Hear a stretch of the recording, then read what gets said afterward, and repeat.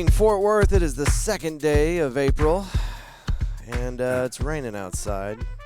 My name's Andrew. Our co-host today will be Michael Brittner. He's the owner of Hoppin' Fort Worth. Rad little location right off of Weisenberger Street, right down from Doc's Records, next to Blackland Distillery. He's running late.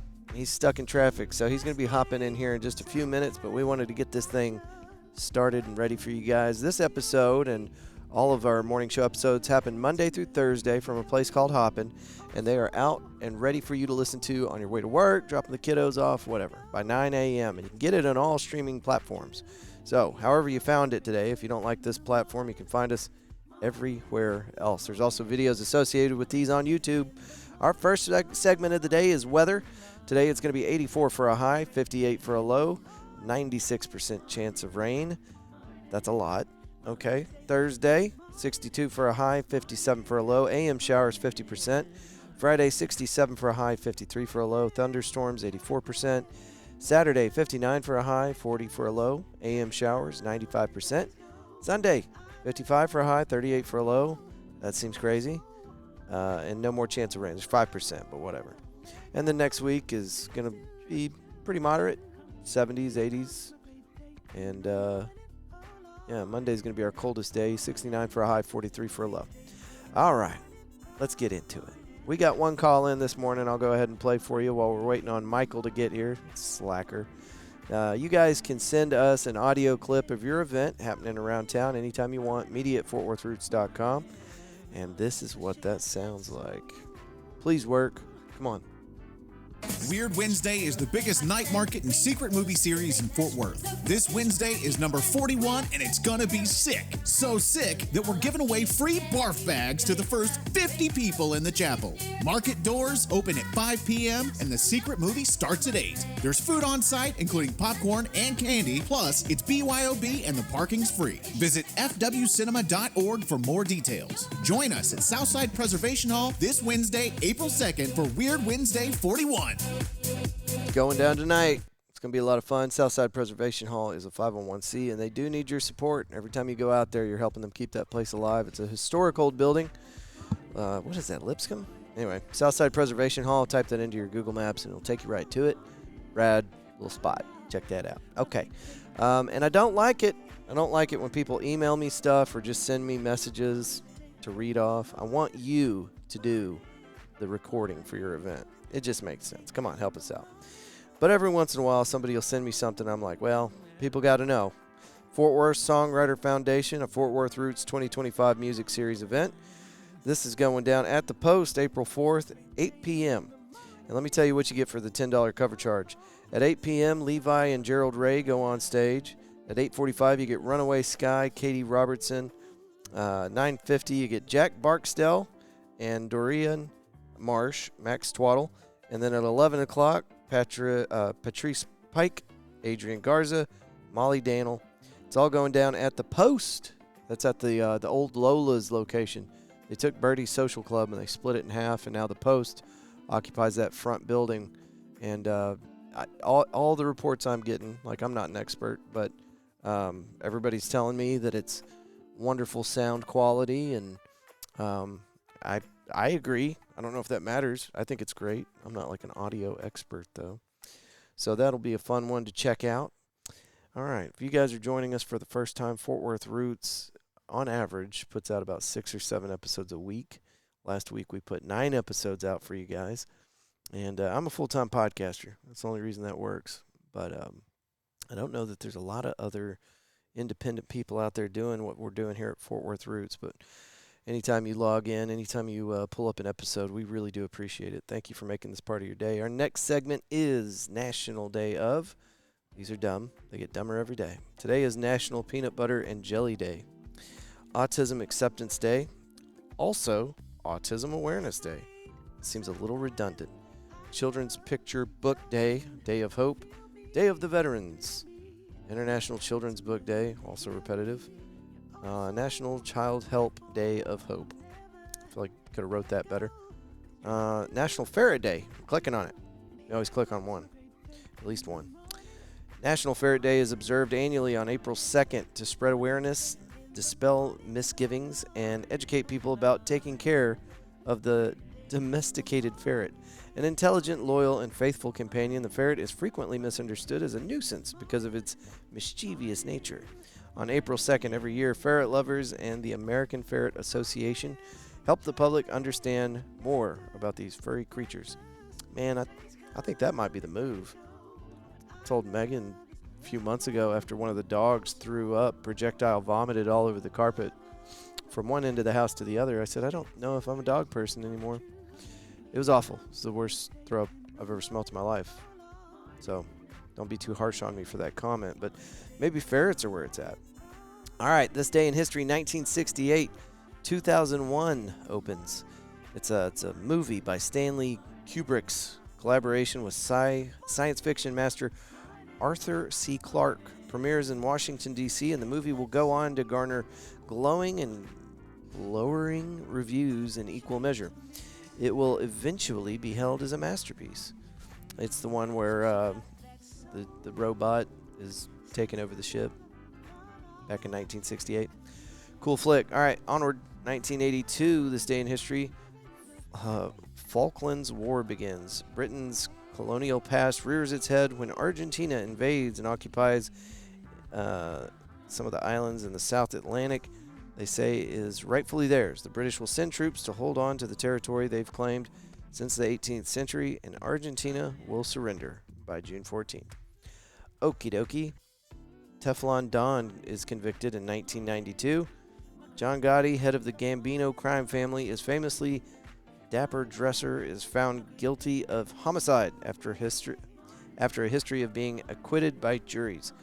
The charismatic mafia Don will spend the rest of his life behind bars. Okie dokie. That was 1992. All right. We're going to start off the news, and I got to start with an apology because this sucks. Val Kilmer, film star who played Batman and Jim Morrison, dies at 65. I guess those were his two most well-known movies. The guy was in a ton of movies. They didn't even mention Top Gun. A wide-ranging leading man who earned critical praise. He was known to be charismatic but unpredictable. At one point, he dropped out of Hollywood for a decade, and when he came back, he was fat. Val Kilmer, a homegrown Hollywood actor who tasted leading man stardom as Jim Morrison and Batman, but whose gifts and elusive personality also made him a high-profile supporting player. He died on Tuesday in Los Angeles. He was 65. So that just happened. The cause was pneumonia, said his daughter. Look, Val Kilmer has been sick for a really long time.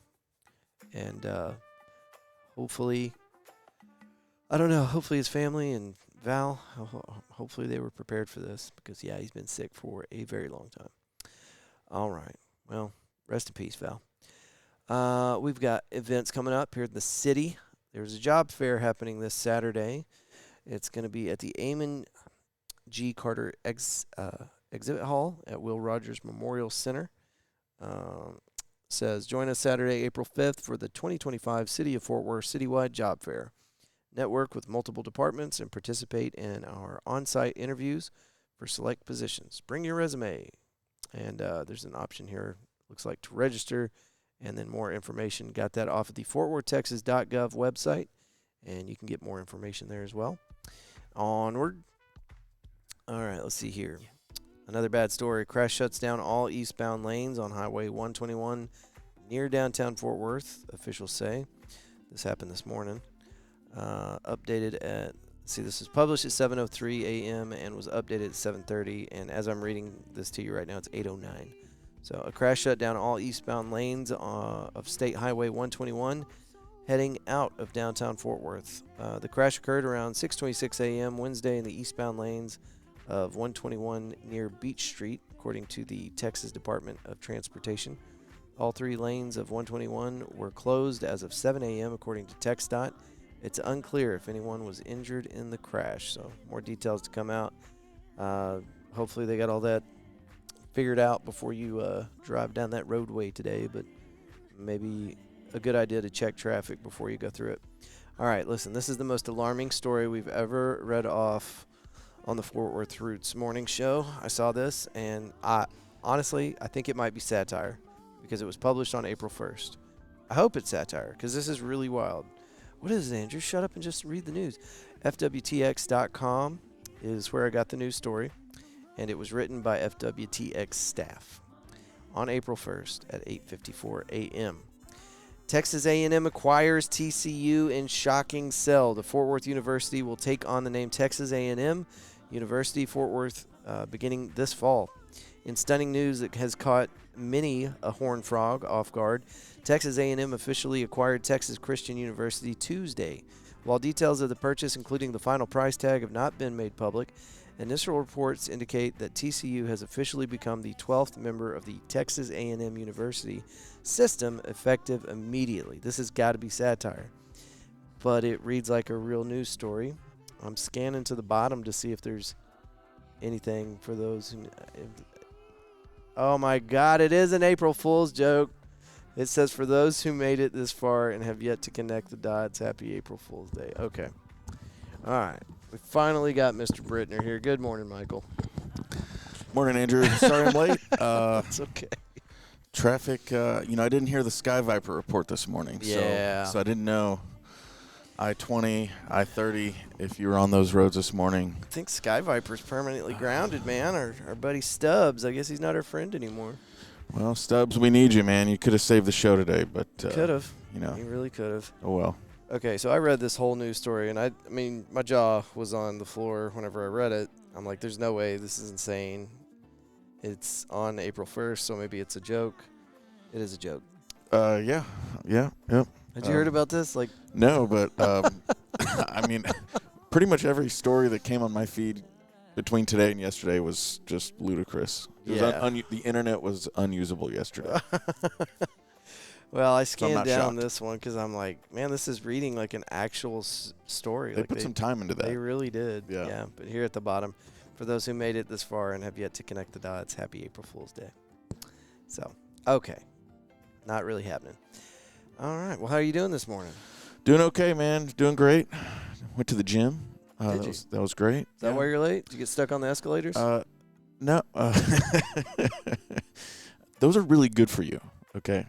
The old escalator. You just never get to the top. Yeah. Not the ones at the gym. No, I just ride an escalator up and down. That's the move. Yeah.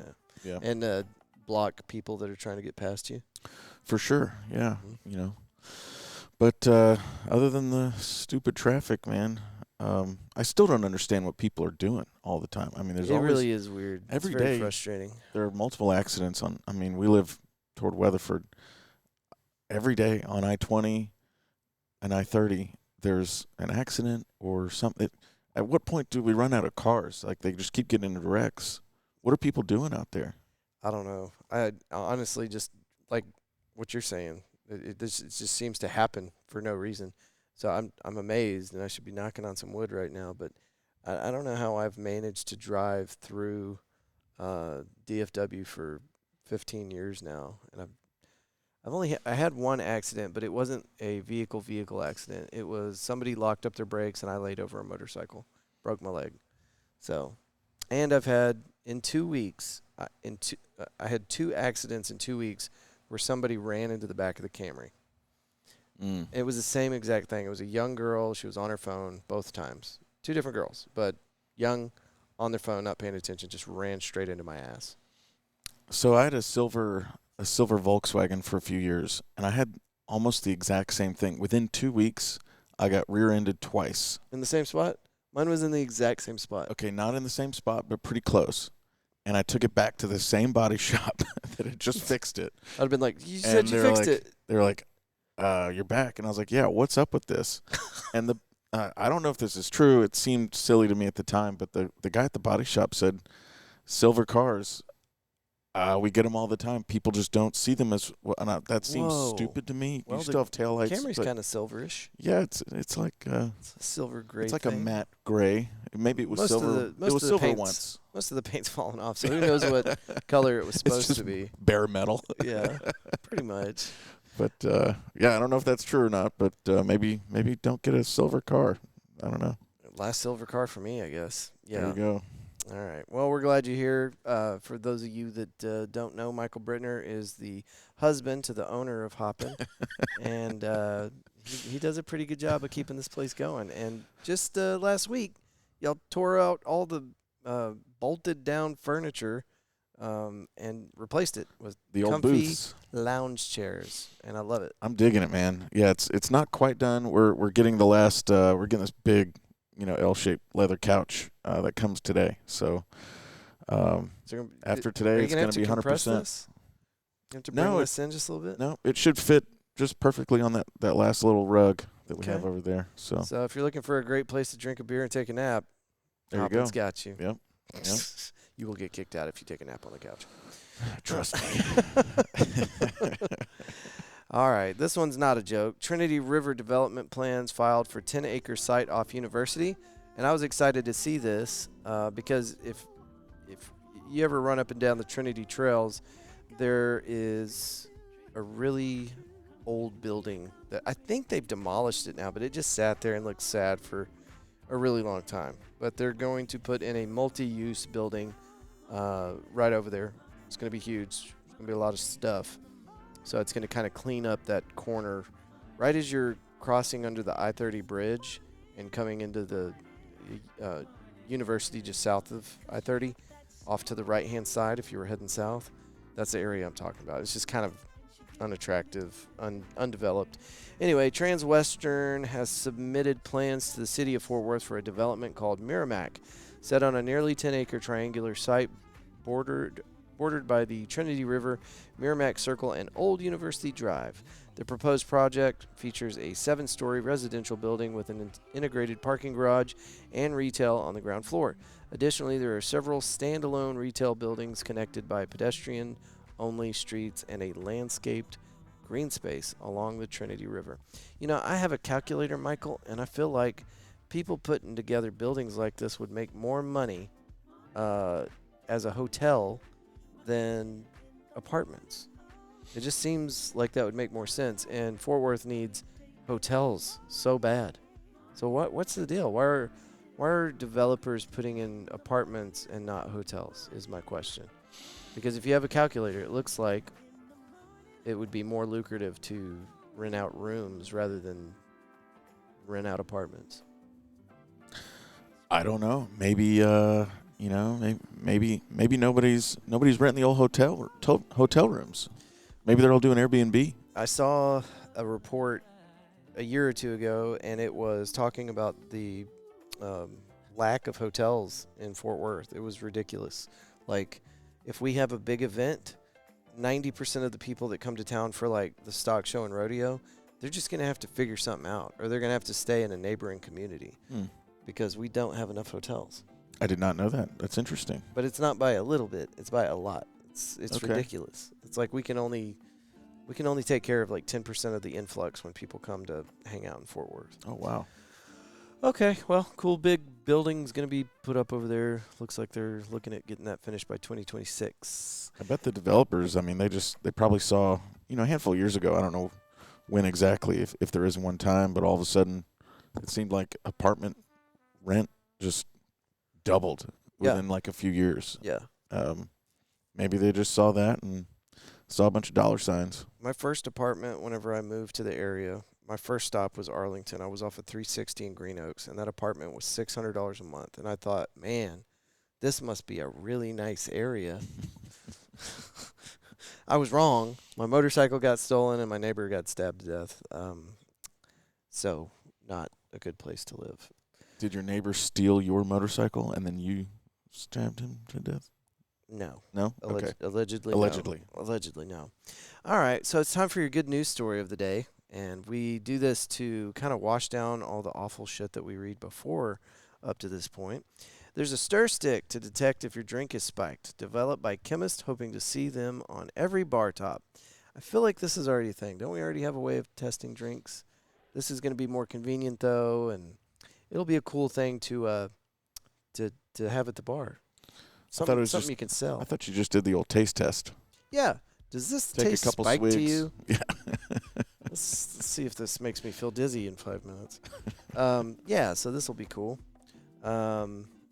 This story is by Andy Corbley out of the Good News Network. After 12 years of research and development, a team of Canadian chemists, well, I guess it doesn't matter. We're not going to buy the products, right? Aren't we having like a trade war right now? It depends on the day of the week. I don't know. I can't keep up. A team of Canadian chemists have created what could be the ultimate tool for detecting if your drink has spiked. More discreet and accurate than anything else on the market, the simple, innocuous-looking drink stir comes with a tip that will change color if exposed to any of the common drugs used by predatory bargoers. Called Spikeless, the stir was envisioned by a team of brothers at the University of British Columbia who were trying to decide if they'd used the right amount of drugs in their friend's drink by spiking it with GHB and ketamine. After putting the stick in the fluid, they determined they needed more GHB and ketamine, and I made up that part of the story. Anyway, this will be cool. Glad it's a thing out there. Just watch your drinks. I don't know. Just don't leave your drink unattended. Then you don't have to buy the Canadian stir stick. But it's cool, and I'm glad it exists. All right, engineers, this is your space news. Engineers say they found a way to overcome Earth's gravity. Discovering a machine that could somehow produce thrust without releasing propellant. I read onto the story after I picked the story, and it's just a lot of conjecture. It doesn't look like anything actually got developed. They're just talking about, wouldn't it be cool if? So, boo. Let's see. In an interview with APEC co-founder Tim, he says his team made up of people from NASA, Blue Origin, and Air Force investigated propellantless drives for decades before at electrostatics. For years, their devices produced negligible thrust, but saw increases with each new iteration. This culmination in 2023, when this new force-powered drive generated enough thrust to overcome Earth's gravity. So they have made some improvements since 2001, but they're not there yet. It looks like they've made it. Whatever technology they're using is strong enough now to produce measurable results. So that would be badass. Then we can finally have hoverboards. I mean, this has been around since the 70s when Luke Skywalker raised up his X-Wing. All you need is the Force. Right. And they call it the new Force. So I think this is all just, Yoda's in there somewhere. He's on the team. All you need is a little green man that has a really awful dyslexia. Yeah. Yeah, for a little, genius that is Yoda, you'd think he can just talk right. Get it right, Yoda. Yeah. Let's just stick little green men in our cars, and then we can float away from the traffic that's clogging up I-20. Yeah. All right, this week out at Hoppin', we've got the Vintage Market from 2 p.m. to 8 p.m. and a meat raffle. On Saturday. What did I say? I don't think you said the day. Oh, yeah, Saturday the 5th. Come one, come all. It's Wednesday, which means they've got stand-up open mic night. 50% off wine as well. So if you like comedy and getting sloshed on wine, have we got a deal for you? 50% off wine. Michael, that's too much. I agree. Yeah, we should definitely, make that maybe 5%. No, I'm just kidding. No, it's 50% off wine Wednesday. I'm not a wine connoisseur. I've just heard a lot of people come in and compliment the wine selection here. It's not huge, but it's good. Our wine guy apparently does a really good job. Thanks, Phil. Shout out to Phil. But you've got the full spectrum covered. You've got Cabernets and. It depends. We have basically 2 reds, 2 whites, and then 2 flecks that kind of go between red, white, sangria, and then a sparkling. So, Phil put on typically 2 different ones that sort of satisfy just about anybody's rough taste buds. I've never met Phil. He's a very nice man. Very nice man. Loves wine. Loves to tell you about wine. He could talk about wine for forever if you would let him. So sounds like be careful. Me and Phil wouldn't have a lot in common. All right, folks. That's enough out of us for today. Come and join us tomorrow. The morning show. We will be having all of our weekend updates to let you know what's going on around the city of Fort Worth. Of course, the Singer-Songwriter Festival on the 4th is going down at the Post, and that's going to be cool. I'd also like to get you guys to check out our episode that we did with Mayor Maddie Parker. It was a really solid episode, and we were lucky enough to get the space at the Fort Worth Hispanic Chamber, and that was cool. So check that out. I think it's episode 346, actually. I'm sure of it. So look for that and learn a little bit more about your city. We also sat down with City Councilman from District 3, Michael Crane, and that's another really, really great episode. All right. That's enough talking out of me. As you guys travel through outer space on the back of a giant sea turtle, Yep.